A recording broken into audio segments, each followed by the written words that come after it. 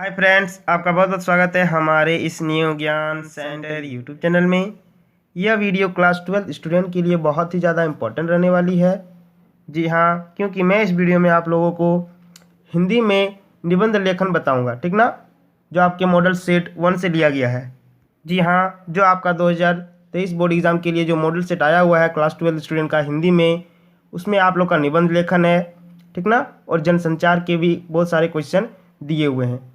तो मैं 2 क्वेश्चन आज आपको बताऊंगा, ठीक ना। निबंध लेखन, इसमें 5 नंबर आप लोग को मिल जाएगा, और एक जनसंचार के एक प्रमुख कार्य बताइए, वो भी मैं आप लोग को इस वीडियो में पूरा कंप्लीट बताने वाला हूँ एकदम अपने शब्दों में। उसमें भी आप लोग को 5 नंबर मिलने वाले हैं, तो टोटल कितने 10 नंबर, ठीक ना। तो आप लोग 10 नंबर यहाँ से हासिल कर सकते हैं, जिस कारण से मैं इस वीडियो में आप लोग को पूरी कंप्लीट 10 नंबर कैसे प्राप्त करना है और अच्छे से पूरी आंसर बताऊँगा, ठीक ना। तो देखिए, सबसे पहले निबंध लेखन है, ठीक ना, साहित्य समाज का मार्गदर्शन, इस पर मैं आप लोग को निबंध बताऊँगा, ठीक ना। उसके बाद में जनसंचार के प्रमुख जो कार्य हैं वो भी मैं आपको बताने वाला हूँ। तो अगर हमारे चैनल में पहली बार आए तो हमारे इस न्यू ज्ञान सेंटर चैनल को सब्सक्राइब जरूर कर लें, साथ साथ बेल आइकन को प्रेस कर दें। इस वीडियो को अपने दोस्तों के साथ, मित्रों के साथ ज़्यादा से ज़्यादा शेयर जरूर करें। तो चलिए वीडियो को शुरू करते हैं। तो देखिए, सबसे पहला है निबंध लेखन, ठीक ना, साहित्य समाज का मार्गदर्शक, ठीक ना।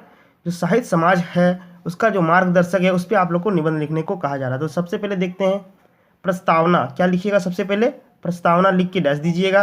उसके बाद देखिए, इसमें लिखना है साहित्य का जन्म मनुष्य के भाव जगत के साथ हुआ है। साहित्य का जन्म मनुष्य के भाव का जगत के साथ हुआ है।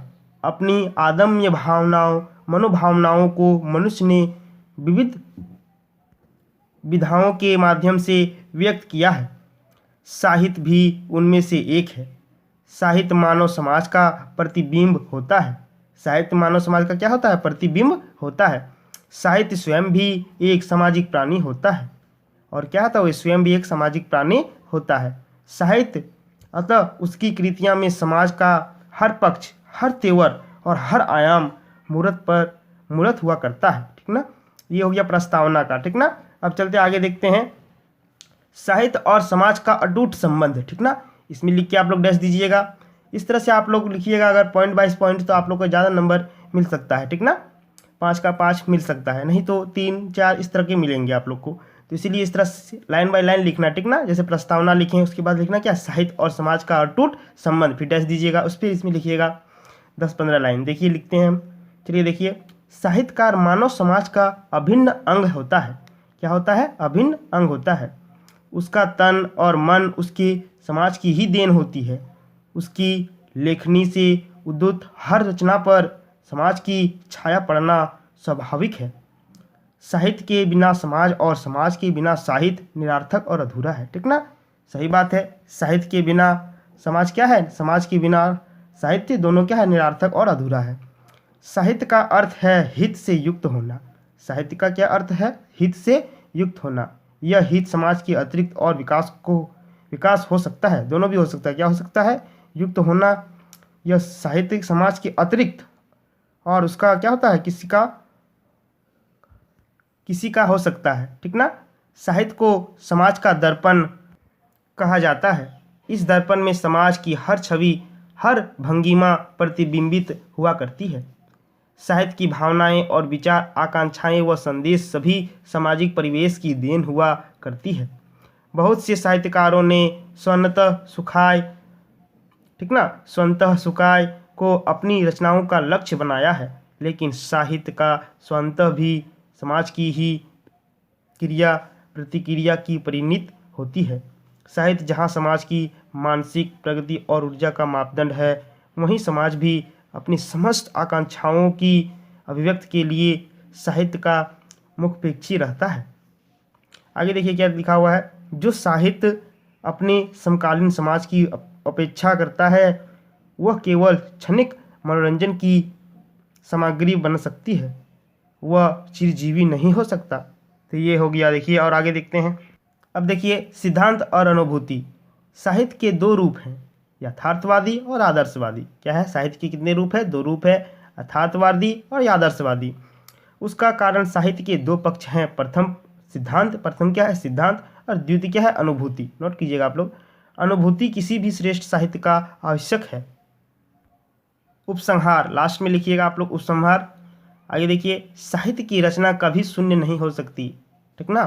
साहित्य तो सत्य शिवम सुंदरम की साधना है। साहित्य क्या है? सत्यम शिवम सुंदरम की साधना है। उसमें मानव समाज का हित सामाजिक होना स्वाभाविक है, साहित्य होना स्वाभाविक है। अतः साहित्य को समाज का दर्पण कहा जाना सर्वथा उचित है, ठीक ना। तो ये हो गया पूरा पूरी आप लोग का कंप्लीट। 5 नंबर आप लोग को मिल जाएगा, इतना लिख दीजिएगा, आप लोग का काम बन जाने वाला है। तो चलिए अब देखते हैं जनसंचार के प्रमुख कार्य क्या क्या है। तो ये देखिए क्वेश्चन नंबर गॉक में आप लोग का दिया है, मॉडल सेट निकाल लीजिएगा तो आप लोग, ठीक ना, जो सेट आया हुआ है आप लोग का। जनसंचार के प्रमुख कार्य क्या क्या है, ठीक ना। देखिए क्या क्या है, जनसंचार के जो प्रमुख जो कार्य हैं वो क्या क्या है, उदाहरण के साथ स्पष्ट करने को कहा जा रहा है। तो देखिए उत्तर, जनसंचार के प्रमुख कार्य निम्न है, डैश दे दीजिएगा इस तरह। पहला नंबर लिखिएगा सूचना देना। जनसंचार का सबसे पहला का काम है सूचना देना। तो देखिए उत्तर इसका लिखिएगा डैश देखिए, जनसंचार माध्यमों का प्रमुख कार्य हो सूचना देना है, ठीक ना। जो जनसंचार का जो माध्यम होता है उसका जो प्रमुख जो कार्य है वो क्या है, सूचना देना है।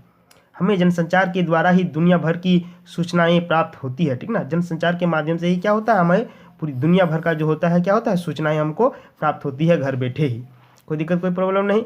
उसके बाद दूसरा नंबर में लिखिएगा आप लोग, देखिए शिक्षित करना। क्या है? शिक्षित करना। जनसंचार शिक्षित भी किया जाता है, तो कैसे देखिए, जनसंचार माध्यम सूचनाओं के जरिए हमें जागरूक बनाते हैं, साथ ही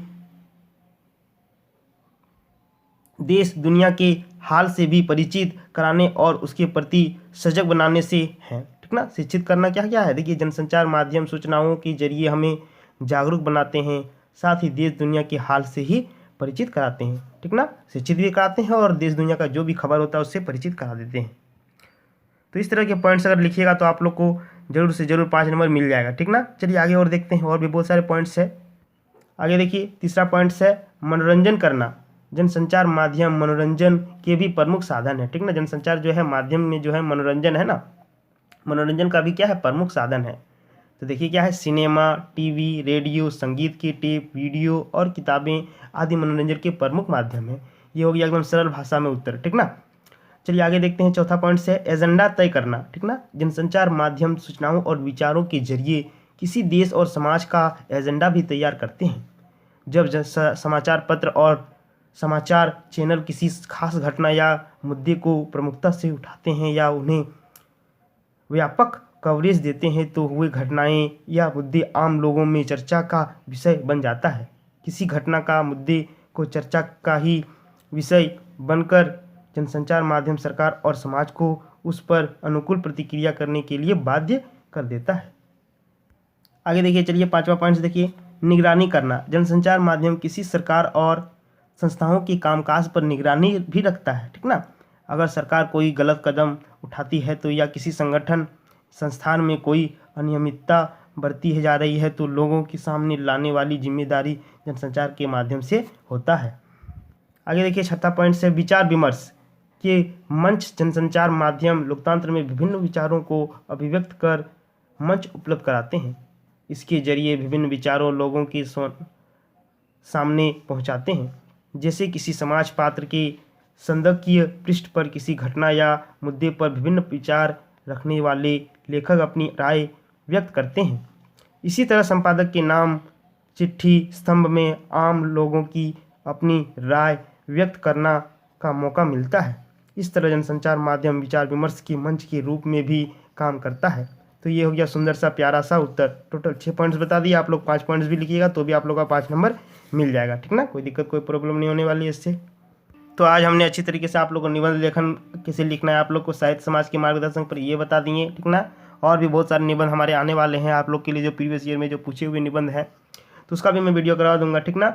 और जल्द से जल्द लेटर के भी ट्रिक आने वाले हैं, बहुत सारे ट्रिक लेटर के जो हैं आप लोग के अच्छी तरीके से एक बार आप लोग देख लीजिएगा हमारे ट्रिक, तो आप लोग को पूरा दिमाग में बैठ जाएगा कि कैसे लेटर लिखना है, ठीक ना। और आप लोग को बता दिए कि आप लोग 5 नंबर इसमें आप लोग को मिल ही जाएगा। और अगर जनसंचार जब क्वेश्चन पूछा जाता है उसमें भी 5 नंबर पूछा जाएगा, ठीक ना। और भी जनसंचार के माध्यम होते हैं बहुत सारे जो आप लोग के पूछे जाते हैं, उसको मैं जल्द से जल्द हमारे इसी चैनल के माध्यम से अपलोड किया दिया जाएगा, बहुत सारे इंपॉर्टेंट क्वेश्चन आंसर को, ठीक ना। तो चलिए तब तक के लिए बहुत बहुत धन्यवाद। अगर हमारे चैनल में पहली बार आए तो हमारे इस न्यू ज्ञान सेंटर चैनल को सब्सक्राइब जरूर कर लें, साथ साथ बेल आइकन को प्रेस कर दें। इस वीडियो को अपने दोस्तों के साथ मित्रों के साथ ज़्यादा से ज़्यादा शेयर जरूर करें। तो चलिए मिलते हैं नेक्स्ट वीडियो में। जय हिंद।